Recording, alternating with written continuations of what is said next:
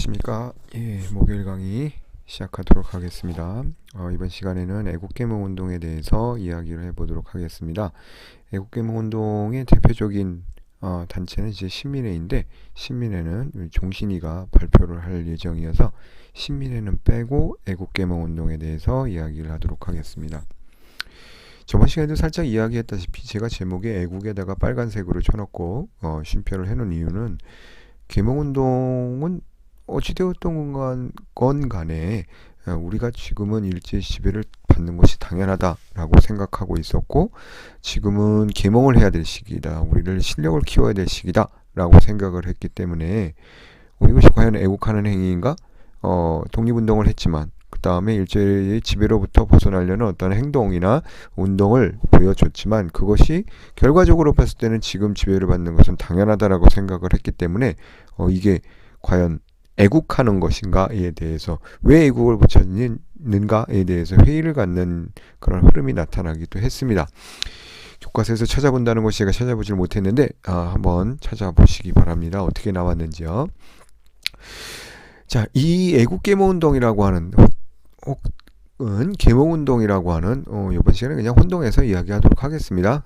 입에 붙는 것은 이제 애국계몽운동이 워낙 오래됐기 때문에 입에 잘 붙는데, 계몽운동이라고 이야기하는 세력 파트도 있으니까, 분들도 계시니까 간혹 제가 계몽운동이라고 이야기하더라도 혼동하지 말으셨으면 좋겠습니다. 이 계몽운동이라는 것은 기본적으로 단체가 조직된 것입니다. 일제가 노골적으로 진행하고 있는 상황에서, 침략을 노골적으로 진행하고 있는 상황에서 가만히 있으면 안 되잖아요. 근데 개인으로 저항한 것이 아니라 단체를 만들어서, 그리고 그 단체가 사회 조직, 사회 단체라는 형태로 나타났습니다. 그리고 정치 사회단체로 형성이 되기도 했었고요. 따라서 의병운동도 단체라면 단체지만, 그 의병이라는 단체와는 좀 성격이 다르게 정치적인 색깔을 띠고 교육적인 목표를 가지고 어떤 목표나 성향에 따라서 단체를 만들고, 그 단체에 따라서 단체를 조직해서 일제에 저항하고 있다는 측면에서 이 애국계몽운동은 차이가 나는 것입니다. 다른 운동과요. 이 단체를 만들어서 그럼 이 사람들은 앞에 목표를 세워야 될 거 아닙니까? 단체를 만든 이유도 있어야 될 것이고요. 사람들을 모았을 때 여기에 사람들을 오랫동안 잡아놓을 수 있는 그런 무엇인가가 필요했었는데, 그것이 무엇인가에 대해서 한번 좀 살펴보도록 하겠습니다. 일단 정치적으로는 이 사람들은 이제 정치적인 색깔을 대부분 띠고 있었습니다. 입헌 군주론을 내세웠습니다. 민권을 강조했죠. 그렇게 되면은 뭐와 차이가 있죠? 황제권을 강화하려는 측과 갈등을 빚게 마련이겠죠. 그렇죠? 당연히 황제는 군주로서, 전제군주로서 모든 권한을, 그러니까 1부터 100까지 다 가지고 싶었던, 권력을 가지고 싶었던 것이고요. 근데 입헌군주라는 것은 뭐죠? 헌법을 만들어서 들여놔서 군주의 권한을 정한다라는 것이죠. 그러니까 군주가 행할 수 있는 권한이 법에 의해서 규정될 수 있다 보니까 아무래도 제약이 있게 마련이죠. 그렇게 제약이 생기다 보니까 황제하고는 이것은 맞지 않는 것이죠. 그러나 이 사람들은 민권을 강조하면서 더 큰 가치를 가져온 거예요. 내가 지금 하는 게 내 개인을 위한 건가? 아니야. 개인을 위한 것이 아니라 백성들을 위한 것이야. 지금 민권이 신장하고 있어. 더 이상 신분제로서는 우리를 사회를 이끌 수 없지 않을까? 라는 그런 큰 대의를 가져왔기 때문에 여기에 대해서 뭐라고 할 수가 없었던 것이죠. 러일 전쟁이 전환점이 되었습니다. 국권이 나라의 권리가 외교권이라든지 정치권이라든지 실제로 빼앗겼고요. 그렇죠. 을사늑약으로, 그 다음에 정민칠조약으로 군대가 해산되고요. 그 다음에 경수국치를 맞이하게 되죠. 국권을 빼앗길 수 있는 위기 상황 속에서 어떻게 해야 될 것인가? 직접 나서야 되겠다라고 하는 계몽운동 단체들이 형성이 되고, 그 계기가 언제냐? 러일 전쟁이라고 말할 수 있을 것 같습니다. 근데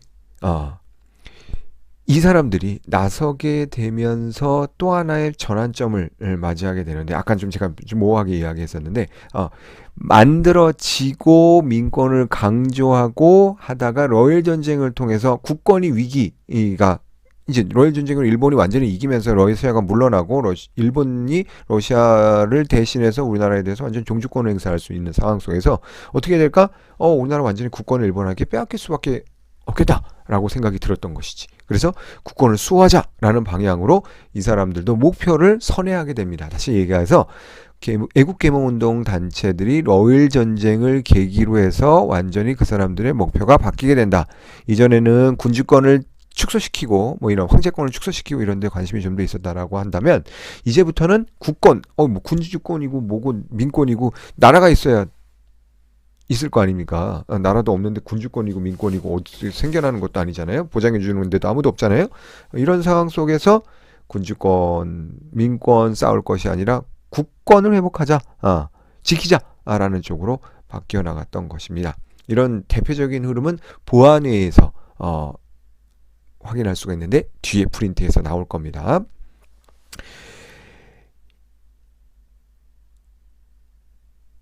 이 밑에 거는 제가 일단 다른 프린트에서 제가 가지고 오면서 빼야 될 거를 빼지 못한 것 같습니다. 갑자기 튀어나온 느낌이 있는데, 아무튼 굳이 설명을 하자면, 선교사의 영향으로 사립학교가 만들어지고, 이건 사립학교 학교에 대해서 설명할 때 다시 이야기를 할 텐데요. 그때 언급하도록 하겠습니다. 이미 올렸죠, 프린트, 이 PPT를. 그렇기 때문에 제외할 수는 없고, 아무튼 여러분들 지우시기 바랍니다. 이 사람들은 이제 학회를 설립하면서 단체를 맨 처음에 조직하기 시작을 했습니다. 지역별로 다양한 학회를 결성했습니다. 대표적으로 서우학회, 기호흥학회, 관동학회가 대표적이라고 볼 수가 있습니다. 이 학회에서 기관별로 기관지를 발행하고 계몽운동을 주도했습니다. 근데 일제에는 이 학회가 기관지를 만들고 독립운동 러일 전쟁 이후에 국권을 회복할 수호하려고 하다 보니까 어떻게 해야 될까요? 학회령을 반포하죠. 학회 활동에 제약을 가하게 됩니다. 이때부터는 다 제약이에요. 1905년 이후부터 10년 사이에는 웬만한 것들은 다 제약입니다. 제약. 풀어주는 건 거의 없습니다.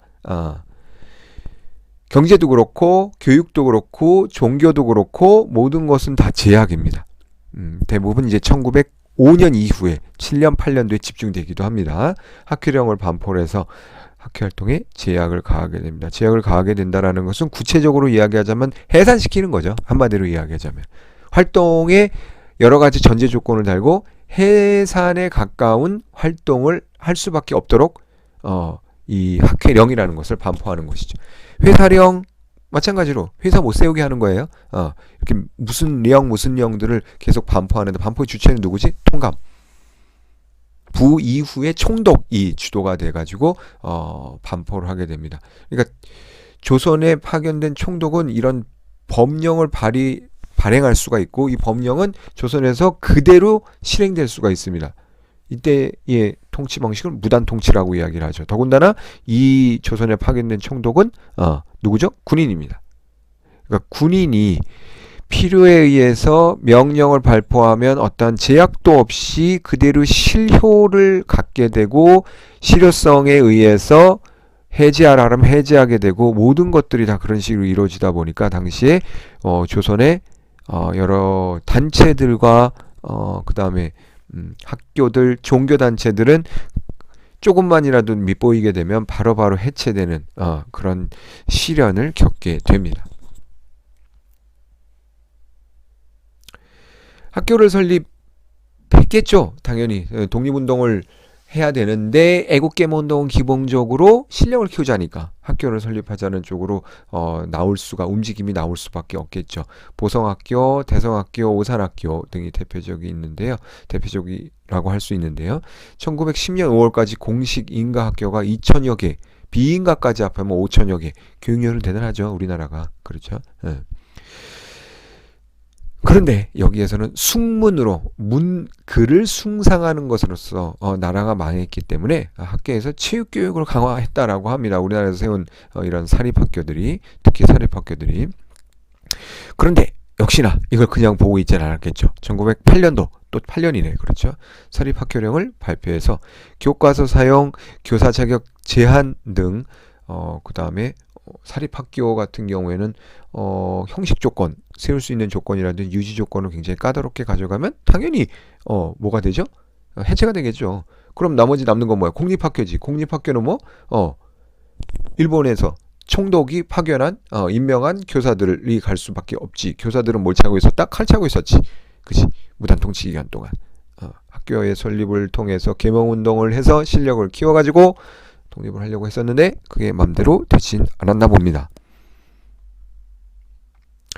자, 앞에서 살짝 언급했다시피 보안에 의해서 이 계몽운동 단체들의 변화된 모습을 좀 볼 수 있다라고 이야기를 했는데, 보안에는 뭐 지킨다, 뭐 보안을 지킵시다, 뭐 이런 문제가 아니라 보국 안민, 나라를 보호하고 백성을 편안하게 한다라는 어디서 나온 거죠? 동학에서 들어봤죠, 우리. 그렇죠? 보국 안민의 줄임말이라고 합니다.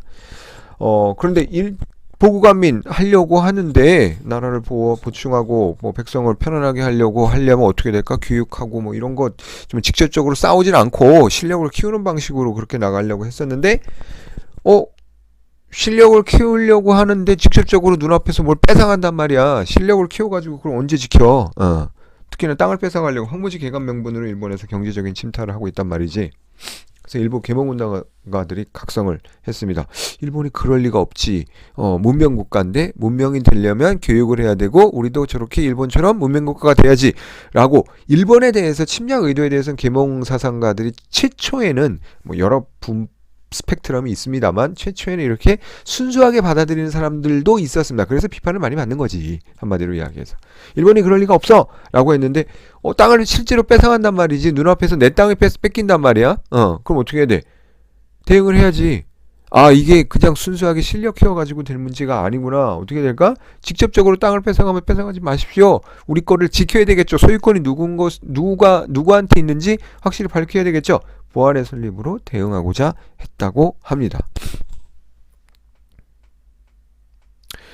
헌정연구회, 헌법, 법 연구회라는 것이죠. 한가하게 법 연구할 때인가? 국권 실현의 방법을 입헌군주제를 실시함으로써, 지금 입헌군주제 실시하면 일본이 물러나나? 안 물러나지. 그러니까 어떻게 될까? 얘네도 뭔가 변화하겠죠. 그렇죠. 대한자강회, 대한협회, 로 나아갑니다. 대한협회 단계에서는, 마지막에서는 정당 정치를 지향하고 강한 정치색을 띄었다라고 합니다만, 그래도 약하죠. 지금 뭐 정치색을 띄었다 해가지고 일본을 침략을 물리칠 수 있나? 물리적으로? 안 되잖아. 그렇죠? 대한자강회 해체되고 대한협회에서 정치색을 띄었습니다만, 이거 가지고는 안 되겠어. 일부 분파는 뭘로 갔을까? 안창호가 미국에서 우리나라에 와서 신민회를 결성하였는데 도움을 줬죠. 그렇죠? 신민회를 결성했죠. 신민회를 결성하면서 뭘로? 데라우치 암살 사건의 배후로 지목되면서 와해되었습니다만, 어쨌든 신민회 단계에 들어서면서부터는 훨씬 더 이전과는 다르게 국권을 회복하기 위해서 직접적인 무력 행동을 수단으로 삼게 됩니다. 그러니까 한마디로 이야기해서 이전과는 다르게 신민회가 아니라 애국계몽운동도 점차 변화하고 있다. 왜? 눈앞에서 직접 국권이 뺏겨져 나가는 것을 보고 있었으니까. 보고 가만히 있으면 되나? 언젠가 실력을 키워서 어느 세월에 하게 되겠죠. 자, 그럼 이 계몽운동이라는 것은 애국계몽운동인가? 뒤에 얘기하는 것처럼 시민활동 뭐 보면은 애국이라고도 할 수가 있지. 그렇지. 근데 러일 전쟁 이전에는 이 사람들이 정신을 잘 못 차렸어. 뭐 실력을 키우자라든지 뭐 당연하지. 우리가 지금 빼앗긴 거는 뭐 이런 식으로 정신을 차리지 못했었는데 러일 전쟁 이후에 바뀌었다 그랬죠. 그렇죠? 직접적으로 주권을 빼앗기고 토지를 빼앗기고 그러다 보니까 이대로 가다가는 안 되겠다라고 생각을 했던 것이지. 구체적으로 이제 정치활동, 교육활동, 식산업활동, 국학운동, 민족 종교운동을 해 나갔어. 분파가 여러 가지야. 이 애국계몽운동을 어느 한 단체 신민회만 이야기할 수는 없어. 굉장히 여러 단체로 이야기를 했습니다만, 기본적으로 이 사람들, 이 단체들은 뭐지? 실력을 키우자. 싸운 건가? 직접적으로 총을 들고 싸웠나? 그렇진 않아. 자, 왜 비판하는 쪽에선 식사능업 활동도 우리 애국계몽 운동에 집어넣어야 된다. 우리 힘을 키워가지고 경제를 부흥시켜가지고 일본과 싸워야 되지 않을까라고 하려면 할 수도 있는데 기업의 식사능업이 웬 애국이야? 라고 비판할 수 있는 거지. 애국계몽 운동을 이렇게 포함할 수 있다면 기업이란 것은 사적인 이익을 추구하는 게 기업이잖아. 근데 식사능업 활동을 하는 기업인들까지 우리가 애국계몽 운동, 애국이라고 해야 되나? 이 애국이 별로 의미가 없지 않을까라고 생각을 한 거지. 헌정연구회 대한협회 서북학회 목표도 입헌군주정이야. 입헌군주정이라는 것은 뭐냐면 아까 이야기했다시피 군주의 권한을, 황제의 권한을 제한하면서 결국 제한하고 뭐 그냥 나는 물러날게, 그냥 제한만 할게가 아니라 정권을 탈취하겠다라는, 정권을 가져가겠다라는 거거든. 그러면 자신의 정권을 가져가겠다는 게 왜 애국이지? 라고 이야기할 수가 있는 것이지. 더군다나 이들 중에 대부분은 다 그런 것은 아니지만 일본의 동양평화론을 적극적으로 수용하고 있어. 안중근의 동양평화론과 일본의 동양평화론의 다른 점은 이야기했었지, 그렇지. 예. 이건 뭐 중간고사 이전 시험범위입니다만 어쨌든 다시 한번 체크해 보시기 바랍니다. 어쨌든 일본의 동양평화론이라는 것은 일본이 주가 되어서 일본이 앞장서서 동양의 평화, 세계의 평화를 이룩해야 된다. 그러면 조선은 뭐야? 곁다린 거지. 한마디로 깍두기라는 것이지. 그럼 식민지배를 당하는 것은 당연하다라고 이야기할 수 있는 거야.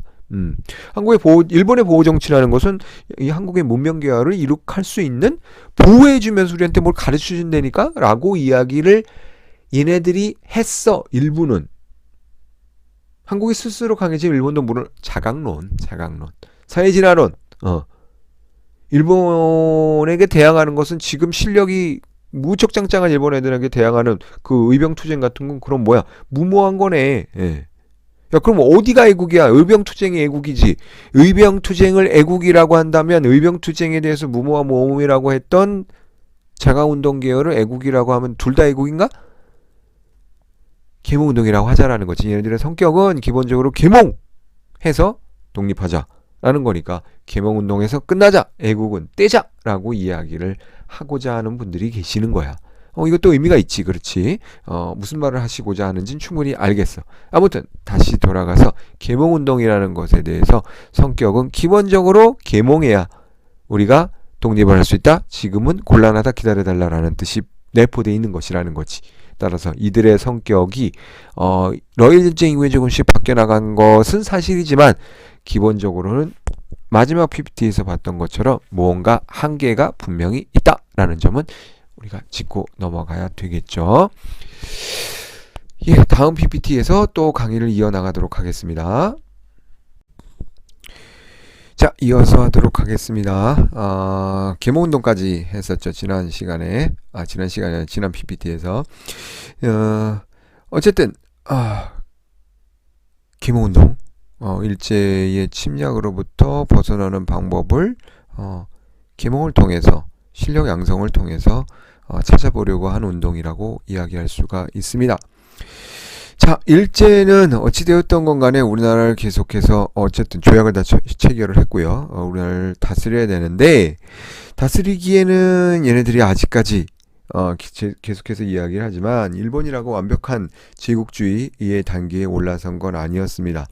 따라서 일제는 욕심은 드글드글한데 그에 비해서 부족한 것이 많으니까 어떻게 해야 될까? 무력으로 눌러야 되겠죠. 경제적으로는 우리나라에서 최대한 뽑아내려고 하고 정치적으로는 무단으로 원칙 없이 가능하면 최대한 눌러서 반항이 없도록, 그래야 식민지를 유지할 수가 있겠죠. 그렇죠.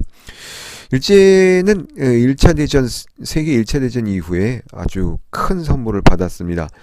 자신의 원래 영토의 80% 정도 되는 식민지를 획득하게 되었습니다. 이 차지한 지역들을 어떻게 다스릴까? 반항이 심했겠죠. 우리나라만 하더라도 대략 한 저번 시간에도 이야기했습니다만 50여 명 이상이 57명 정도라고 이야기를 하는데 57명 정도가 자결을 했었고 그에 대해서 책임을 통감하면서, 그리고 의병운동에 나서는 사람도 있었고요. 그리고 뭐 이후에도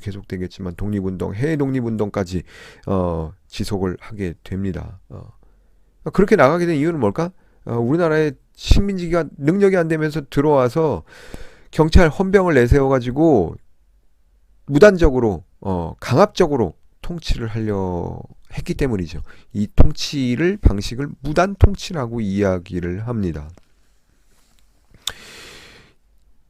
합법적으로 그 다음에 정당하게 그리고 차근차근 식민 지배를 할 겨를이 없었기 때문에 군인 출신의 총독을 파견해서 내각의 간섭 없이 일본 자체 내에서도 마찬가지였습니다.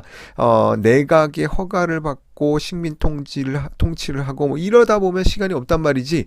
그러니까 불법적으로 식민지를 무력으로 눌러서 최대한 빠른 시간 안에 동화시켜서 자신들의 부품으로서 활용하려고 했었던 것이지.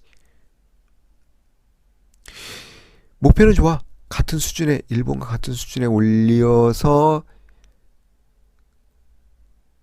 뭐라 그래야 되나 공존할 수 있는 동화 정책을 실시한다라고 했었는데 그렇다라는 것은 기본적으로 깔고 있는 게 뭐죠? 지금은 너네는 열등하다. 그래서 우리나라를 기본적으로 열등한 비문명으로 간주하기 시작했었죠. 이젠 조선 통감부 조직에다가 총독을 파견해서 막강한 무단 통치의 기구를 형성하게 되었습니다. 이 총독부는 총독부 관제로 확정이 되었습니다. 일본의 제국주의가 우리나라까지 확대가 되었던 것이죠. 총독을 설치한 것은 이미 대만에서 경험이 있었습니다. 조선 총독은 천황이 직접 관리하는 친임관이었습니다. 친히 임명하는 관리였습니다. 옆에는 이제 데라우치 총독인데요. 훈장 주렁주렁하죠.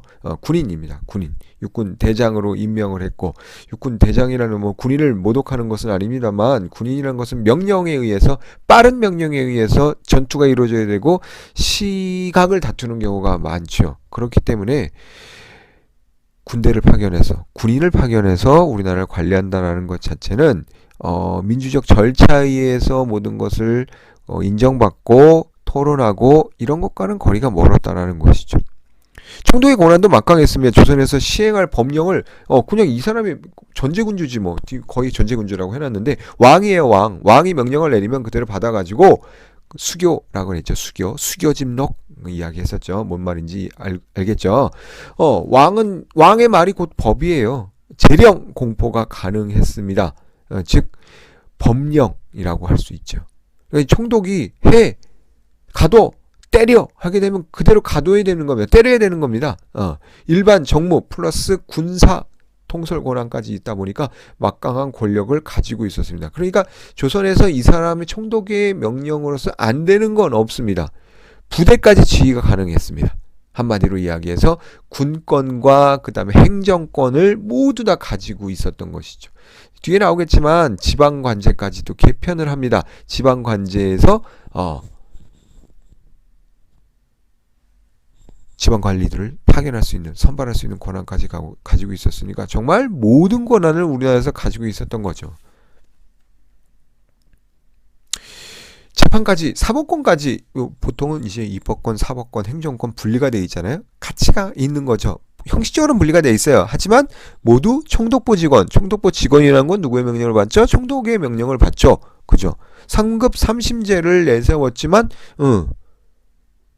총독부 직원, 총독부의 명령, 총독부의 명령에 의해서 독립운동가들 직결 심판할 수 있고 뭐 이런 것들이 가능했던 이유가 바로 거기에 있었던 것이죠. 모든 것이 분리되어 있는 것 같지만 사실은 총독부의 산하에 있었다. 1912년도에 판사 중에 38명, 검사 중에는 3명만이 한국인이었다라고 합니다. 그러니까 뭐 거의 없다라고 해도 과언이 아닌 것이죠.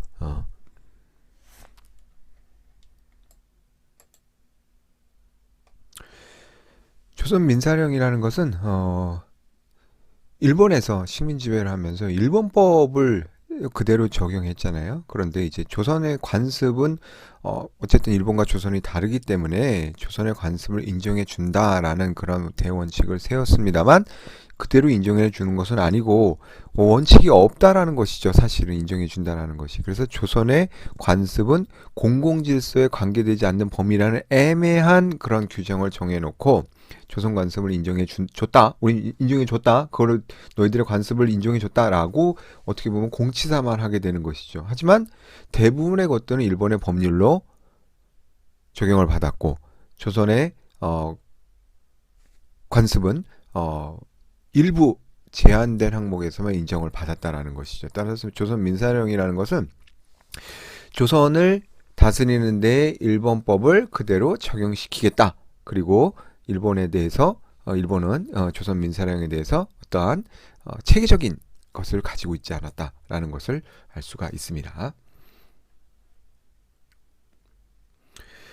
그리고 일본에 협력하는 사람들을 위해서 조선 중추원을 만들고 자기를 수여하고 귀족을 로 임명해서 은사금을 줬죠. 돈을 준 거예요. 땅과 돈을 줬죠. 여기에다 영혼을 판 사람들이 있죠. 친일파들인 것이죠. 이걸 거부하고 서간도로 올라갔던 사람이 이회영, 대표적인 사람이 이회영이 있다라고 이야기를 했었죠. 강제병합에 대한 공로를 인정해주고 그에 대해서 자기를 받고 중추원에 소속시켜주고 그리고 은사금을 내려줬습니다. 식민지배 이들을 적극 활용했습니다. 특권을 줬죠. 경성 유치원, 학습원에 입학할 수 있는 그런 특권을 이 중추원 자기를 받은 그 다음에 은사금을 받은 조선 귀족들에게 특권을 주었던 것이죠.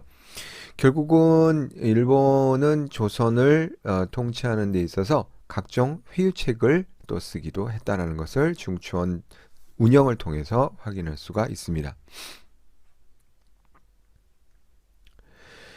자, 이 시기는 회유도 있었지만 기본적으로는 군인을 파견했었고 군인의 입에서 나오는 것은 모두 법이었었고 재령 그리고 모든 권한을 총독 아래에 두면서 그리고 총독은 누구 직할이었었다라고 이야기했었죠. 천황의 직할이었다라고 했었죠. 그러니까 천황의 직할로서 조선에 파견이 돼서 입법, 사법, 행정권들을 모두 관할하고 있었고 거의 전제군주와 같은 권한을 가지고 있었다라는 것이죠. 그런데 잘 될까? 잘 되지 않겠죠. 우리나라에서도 몇백 년간 정치가 이어져 왔었고 백성들도 국권을 빼앗겼을 때 무려 57명 정도가 더 많았겠지만 기록된 그리고 고위 관직자들이 이 57명 정도가 자결을 했습니다.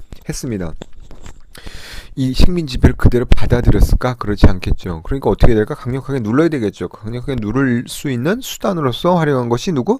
헌병이라는 겁니다. 헌병. 지금 오른쪽 사진에 나와 있죠.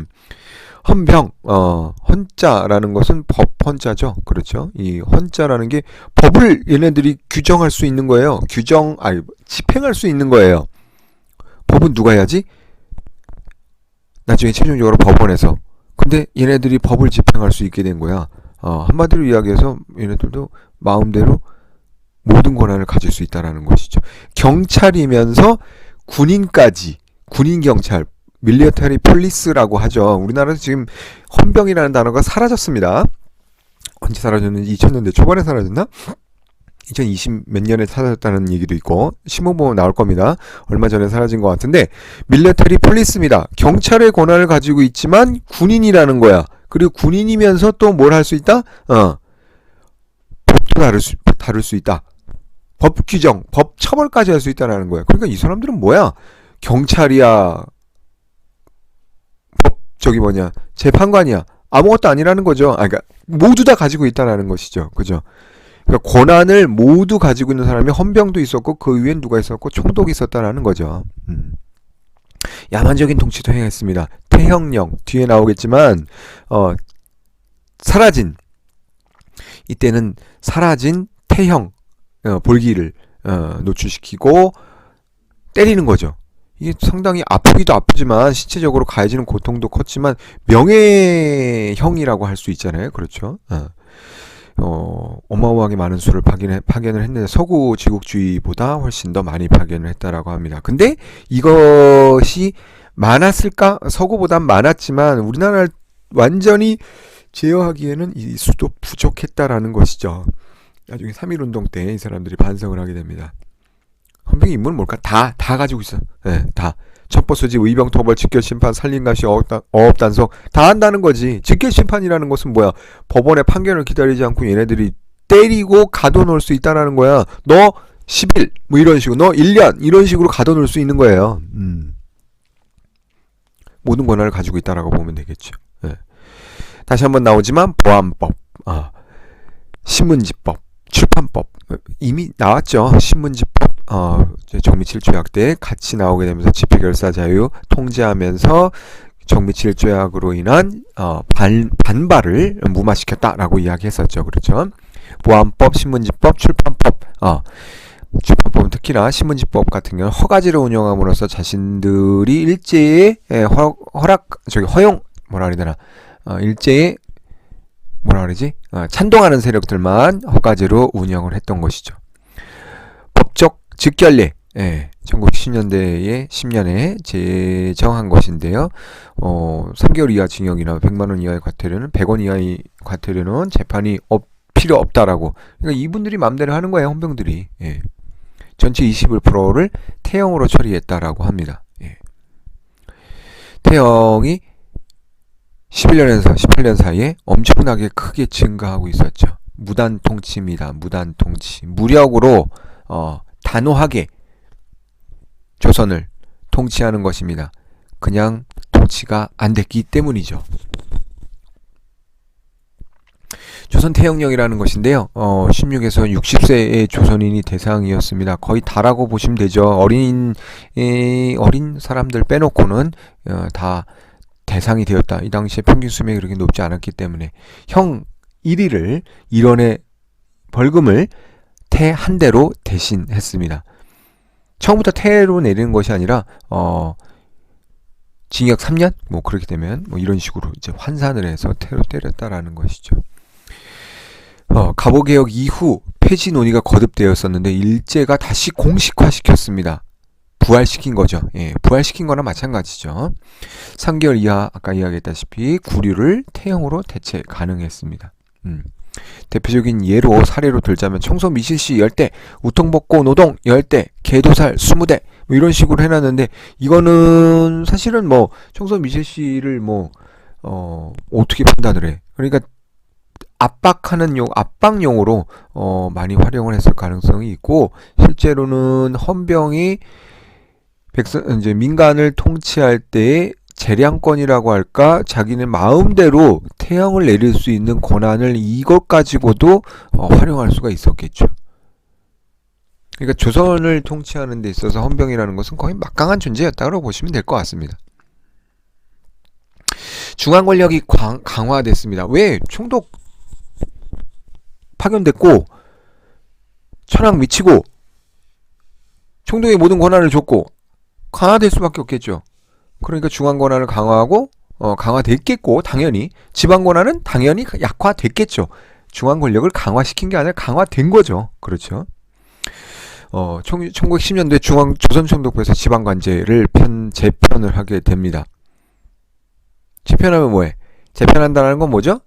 우리 고려에서 조선 넘어올 때도 행정구역을 변환시켰죠. 관찰사를 파견하고 지방관들을 시험을 봐서 파견을 했죠. 왜? 호족들을 세력을 약화시키기 위해서. 마찬가지로 중앙에서 총독이 관할하려면 총독이 뭐 다 돌아다닐 수가 있나? 없잖아요. 지방의 권력자들을 어떻게 정해야 될 거 아니야. 누구 맘대로? 총독이 마음대로. 전국을 13도로 나누고 도의 위치와 구역은 총독이 정하였습니다. 예, 이때 면리가 많이 바뀌게 되죠. 그리고 아까 이야기했던 것처럼 헌병이 통치를 담당하고 있었습니다. 도 장관도 경찰권을 장악을 못합니다. 그러니까 헌병들의 권한은, 경찰들의 권한은 더욱더 세질 수밖에 없겠죠. 헌병의 역할이 막강해지면서 중앙 권력을 수행하는 앞잡이로서 조선에서는 모든 권력이 헌병에서 총독으로 집중되었던 것이죠. 군사통치식이라고 보시면 될 것 같습니다. 마음에 안 들면 구류, 그것은 곧 태형으로 처벌할 수 있기 때문에. 이전 권력을 해체시켰습니다. 당연하겠죠. 그렇죠. 이전 권력 그대로 살아있으면 안 되니까요. 정치단체를 해산했습니다. 아까 학회 같은 것도 다 해산했다 그랬죠. 앞에 나온 것들이니까 반복되기 때문에 구체적인 내용은 생략을 했습니다. 언론을 탄압했습니다. 예, 집회결사법 기업도 그렇고 그 다음에 또 뭐 있죠? 예, 신문지법. 그 다음에 또 뭐 있더라? 아무튼 있죠. 그렇죠. 그다음에 1910년에는 일진회, 대한협회, 서북학회 등 정치단체까지 모두 간부들 소집해가지고 해산 명령을 내려버립니다. 일진회라는 것은 경순국치 때 유일하게 성명서를 냈습니다. 예, 환영한다고. 일본의 우리나라 통치를 환영한다라고. 그래서 이 당시에 일진의 회원이 뭐 100만이 넘었다 뭐 이런 얘기도 있는데 그건 뻥인 것 같고 실제로 한 7, 8만 정도 됐다라고 하는데 일본의 가장 협조적인 단체까지도 예, 해산 명령을 내려버립니다. 예. 신문지법, 허가제에 의해서 나머지는 다 폐간시켜버렸던 것이죠. 총독부 기관지였었던 매일신문만 빼고 나머지는 모두 없애버립니다. 그리고 아직까지도 남아있잖아. 누가? 예, 조선 왕실이 남아있잖아. 황제로 남아있었지. 1897년 황제를 선포한 이후에 황제로 남아있었는데 총독이 오면서부터 총독은 명목상으로는 황제 미치지 뭐. 그러니까 완전히 장악한 건 아니야 우리나라를. 그렇기 때문에 얘네들 권한이 세면 안 된 거지. 그럼 어떻게 해야 될까? 얘네들을 일단 한 단계 내려놔야 되겠지. 이왕가, 이씨 왕가, 왕의 가족 이왕가로 격하를 시켜버립니다.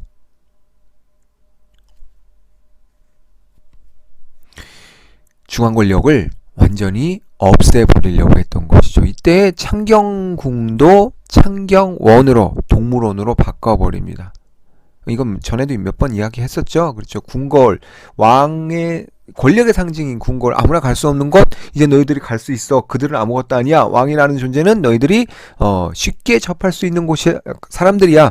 동물원처럼 냄새나고 더러운 창경원, 1984년도까지 동물원이라고 그랬었다라고 하는데 어찌되었던 건 간에 동물원으로 격화식 만들면서 이전 권력을 해체시키고 누가 봐도 여기는 너희들의 권력의 최고봉이 아니다 라는 걸 시각적으로 사람들에게 보여주고자 했던 것 같아요. 교육정책, 사립학교령으로 급감했으면 여기서 나오는 사립학교령이라는 것은 기본적으로 사립학교를 세우라는 게 아니라 사립학교 없애자는 거죠. 그죠? 소당규칙, 소당도 많았습니다. 엄청 많았습니다. 많아지니까 소당은 비정규 교육기관인 거죠. 일본어 수신교과를 강요했습니다. 그리고 성균관을 폐쇄하고 경학원을 설치했습니다. 경학원에서 식민지 협력자를 교육하고 이웃 지방으로 내려가도록 했습니다. 그러니까 자기들의 통치 방식을 그대로 전수하기 위해서. 6.25가 성리학이 아직까지 지배 이념으로 자리를 잡고 있었잖아. 경학원장을 총독이 임명해서 자기 마음에 드는 사람을 임명했겠지. 그치? 그리고 향교가 군수가 관리하도록 바꿔버렸습니다. 향교라는 것도 이제 어쨌든 지방 교육기관이잖아요. 서당과 함께 향교 남아있으면 안 돼. 없애버려야 되겠지. 어떻게 없애버릴까? 향교가 대부분 군수가 관리하면서 뭐로 바뀌었지? 초등학교로 바뀌게 된 경우가 많습니다. 향교에 완전히 없애지 못하니까 향교의 대부분의 그 큰 부분이 초등학교로 바뀌어버린다. 국민학교로. 예. 그래서 지금도 지방에 가보면 초등학교 옆에 향교가 있는 경우가 많습니다. 원래는 향교 자산이던 것들을 국민학교가 차지하게 된 경우죠. 역사교육을 폐지했습니다. 고등진학을 저지해서 초등교육만 받도록 교육정책을 폈던 것이죠. 조선총독부의 교육정책 어떤 게 있을까요? 조선인들을 우민화시키려고 했습니다. 일본화시키려고 했습니다. 사립학교법 발표하면서 엄청나게 줄였죠. 성균관 폐지하면서 앞에 것 정리하는 것입니다. 경학원을 설치해서 친일 유생을 양성하려고 했습니다. 교육의 목표를 민주시민 양성을 그런 것이 아니라 충량한 국민을 육성하는 것을 본의로 한다라고 정해버렸습니다. 데라우치 총독 같은 경우에는 덕성의 함량과 국어의 보급을 중점에 둠으로써 제국시민의 자질과 품성을 갖추도록 함에 있다라고 교육 목표를 딱 정하고 있습니다. 어디로 갈까? 사람들은 일본으로 유학하려고 했겠지. 일본으로 유학하면 뭐 나아지나? 법관도 그렇고 올라가는 사람들, 조선 사람들을 아주 극소수로 제한함으로써 교육을 받은 사람들이 회의감을 느끼게 만들어서 우미라를 시키려고 했던 거지. 우민 교육을 안 받게 되면 어떻게 될까? 우미라가 되면서 순응하겠지 라고 했는데 그게 잘 되지 않았던 것이지. 그런 의미에서 계몽운동도 나름 어떻게 보면은 의미가 있다라고 생각을 할 수도 있을지 모르겠습니다만 기본적으로 색깔 자체가 일본의 침략을 받아들이자는 입장이라서 저는 조금 아니라는 생각이 듭니다. 어쨌든 종신이가 신민에 발표하면서 이 부분에 대해서 조금 더 생각을 해보도록 하겠습니다. 오늘 수업은 여기까지 하도록 하겠습니다. 수고하셨습니다.